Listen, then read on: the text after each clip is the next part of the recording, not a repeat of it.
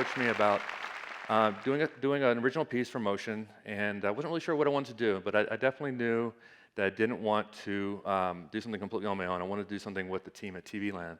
So we sort of got together and created this.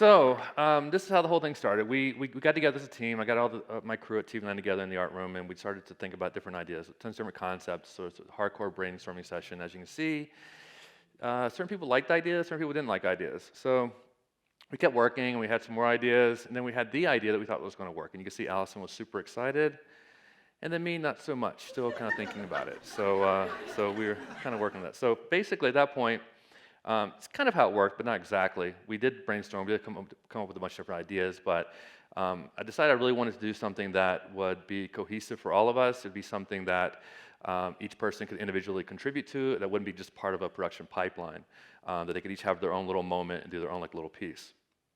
So we came up with the Exquisite Corpse Project, and the Exquisite Corpse, according to Wikipedia, is, well, it's a collection of words and images that are creatively assembled. So many years ago, these four handsome gentlemen decided to make up a little game, and the game was to take a sheet of paper, fold it into fours, and then you could either write or draw something on your section. You would hand it off to the next person, and they would add their element that would connect to yours, and so forth, so on and so forth. So this is an example of a creative corpse. So in this one, you see in the top line, it's a lot of written word, but they made like a little interesting shape. The next person drew from that shape, kind of mimicked the shape, and they created something new, and they kept making more stuff. So at the end, you get a really great piece, a beautiful piece that was built off of collaboration. So over time, like creatives normally do, is that we take things and we kind of go a step further with it. So instead of doing the fold, people just started drawing and doing things where they would hand it off to somebody else. They would then continue the drawing in different styles, and you get these great, different, kind of looks in one piece. So about a year ago, I decided, like, let's do one within the studio. Let's do one where we all kind of create something. So we made this long sheet of paper, folded it a bunch of different ways to make sure we had enough folds for everybody, and I started it, handed it off to the next person, hand it off to the next person, and next person. Then all of a sudden, it just sort of magically disappeared.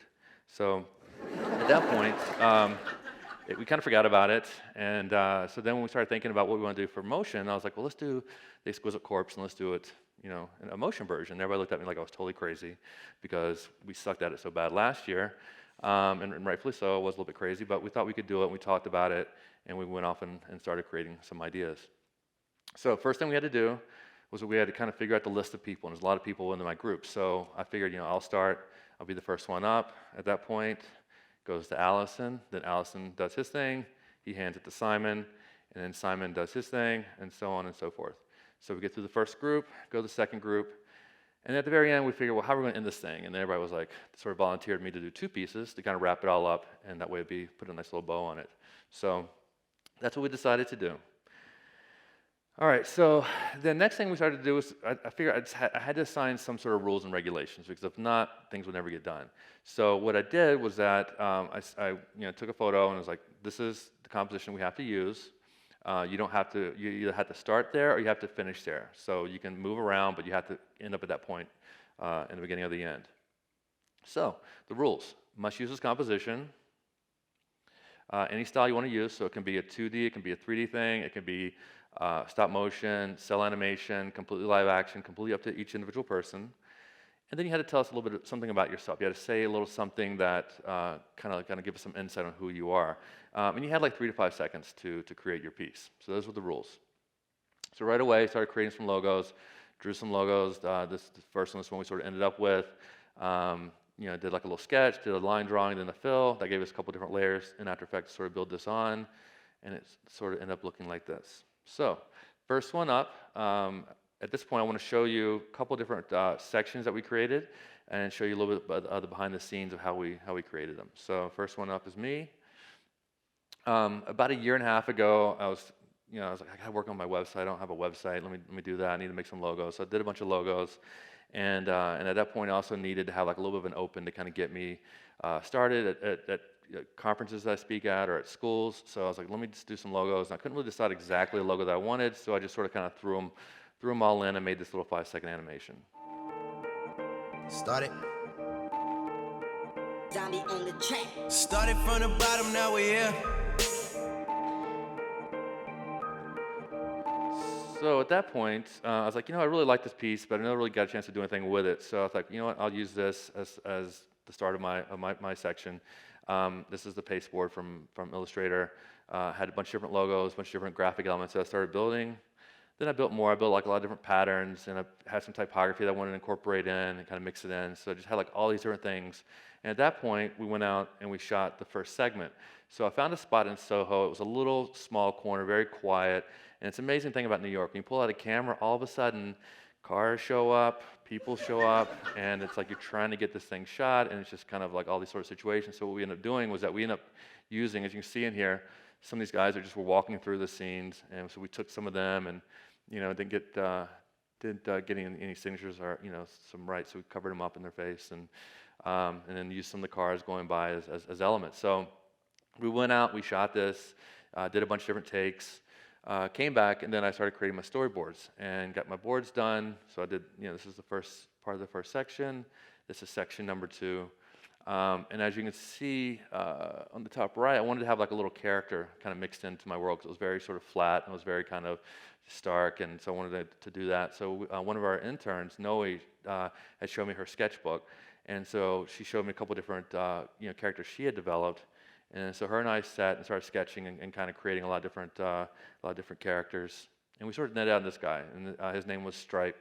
And it was, a little guy who wears striped socks, and so that was pretty much a small little thing of me, I guess, in some sort of way. So, so we created this little guy, and so then I figured I was like, I can't do cell animation. I don't have time to do cell animation. So, and because this whole thing's sort of flat to the screen, I can probably get away with doing the puppet tool and creating a puppet tool. So we basically made the character, and then we did a couple different versions of its mouth and a couple different versions of the eyes to have them kind of add the emotion to the character. So what I did is I did a little screen capture, and you'll see an explosion of all the elements. And then you'll see how we kind of put it together using the puppet tool. So all these little segments are all cut up and split up, and we dropped it in, started creating him. So this is actually not part of the piece, but it was something I wanted to create just for you guys. So at some point, he will wave to you and say hello.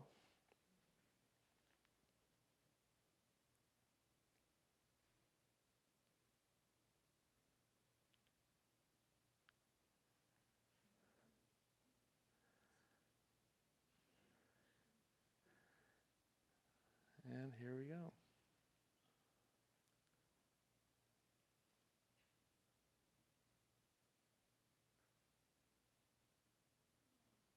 Okay, now wave back. Don't be rude. Just wave. All right. So long day of shooting. We shot 2 separate locations for my segment.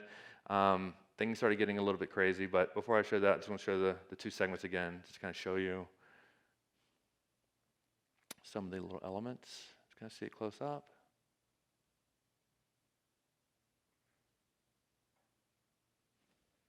So at this point, we also really hadn't worked on audio. So we had started to talk about audio, and I knew I wanted to do something that was more sound design based and not like a music track all the way through. So this is where at the point where we started kind of showing boards to John and having him work on some audio for us. So the day gets crazy. We started wrapping up, and then this started to happen.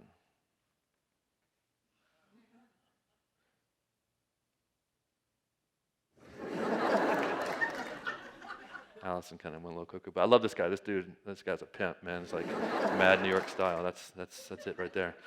So after that, we had like a little b-boy dance off, and then I don't have any video of that, so we'll move on. Okay. So number 2, movie stash. This is Allison's section. He went and sometimes when you're creating stuff, I'm lucky I get to work on these huge stages and shoot a lot of things. Spend a lot of money and do this kind of stuff. But sometimes like just doing something super ghetto is just as good and sometimes even more fun. So Allison decided he was going to shoot his section in his kitchen. So this is Allison's kitchen. You start to see he used a Canon camera, firing off single frames. And I'm not really sure exactly why he did this because we have a green screen insert stage at work that would have been a lot easier. So he literally hand cut each one of these out, which looked great. And this is him with his freshly grown mustache. And then this is show like this. That's all the layers on the side. It's not all of them. It's like half the layers that he had to cut all these ones out individually, which took a lot of time. So then he got a little bit smarter, and he started to make these like little paper animations that were going to open up his piece. So you see in here we did like a red and then a green background. The green background was just to make it keyable. So we would rip the paper, scan it, rip the paper some more, scan it, and then sort of made like a stop motion kind of animation to it. This is the sequence in animation. So at this point, he created a 3D logo, made his backplate, rendered it all out, and then took the separate frames and then printed those out on paper and started ripping up the paper and making his transition. So once again, you see he printed all that out, he scanned it, that's what it looked like layered up in Photoshop. And then the final composite looks something like this. And you can see what the animation looks like. So a lot of so one of the things that was kind of fun about this, well, this is the final piece again. One thing that was fun about this for us was that, there's certain things that we don't get to do on a day-to-day basis. So everybody sort of took the advantage to try to do something a little bit different, which I thought was really interesting. All right, so number 3, Satiated. This is Dominique Vitale, our senior art director. She does not like to be photographed. So she brought the bear hat and used that. And these are some slides from her drawings. So all of her drawings were individual frame drawings, almost like cell animation, and then they were etched out into metal and then printed on paper. So these are just 2 of them out of the whole bunch. This is a close-up of one of the bigger versions, and you can see all the cross-hatching, all the detail that went into the drawings. So it took a lot of time. These are some of the other little elements as well. And you can see this. This is a texture that she used for the background, which is really cool. And then this is the animation, just on its own. Super dope, super dark. You wouldn't see that on TV land. Number 4, so Tentacue. So Noe, who I spoke about earlier, one of our interns, she wanted to do these tentacle things. She wanted to be in Paris and being attacked by tentacles. And I won't make any Freudian jokes here. We'll just kind of keep it moving. So we tried to figure out, like, how are we going to do this? Are we going to do puppet? Are we going to do it in 3D? What are we going to do? And so we sort of netted out that it had to be cell because she wanted, the arms to move and to see dimension. So that was really difficult. So this is a file showing the individual frames that she drew, which, somebody who's not like a hardcore illustrator, like blows my mind that somebody can see all of that in their eye and literally draw it out in Illustrator. So that's just a handful of the layers that she had to draw. There's 6 of those. So then she brings them into After Effects, and you can start to see, she brings it on, and then you see the individual layers where it just becomes, traditional cell animation that we all know and love. Okay, and that's how it all came together with transition. All right, number 5, Bad Superman. So Kurt, who is the director of editorial and animation, has kind of a fun sense of humor, wanted to do this piece, and his little section was really fun.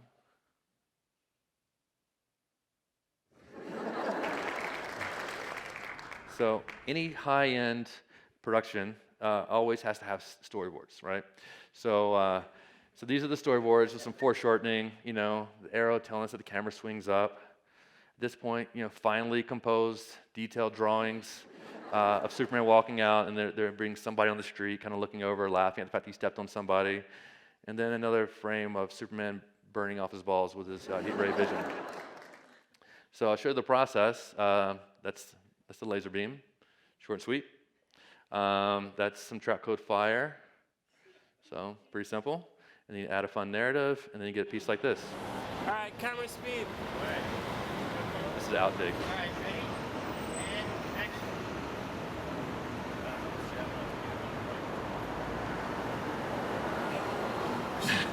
Ben's cracking up.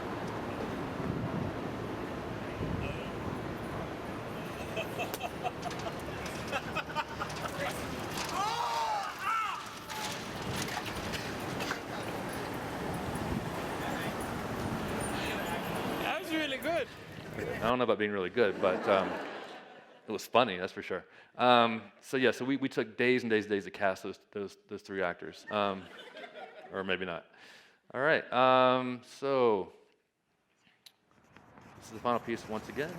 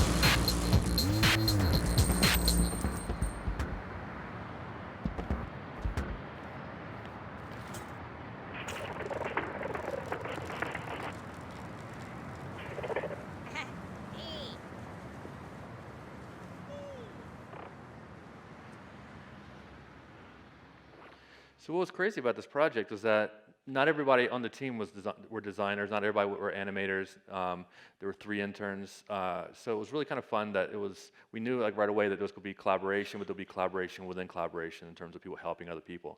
It was really amazing to sort of see the team pull together and make sure that everybody had their sections covered. So all done by TV Land artists, like I said before, in typical TV fashion, in order of appearance, and we'll scroll through this the way we do on TV shows. And thank you very much. This is me, and this is where you can find me.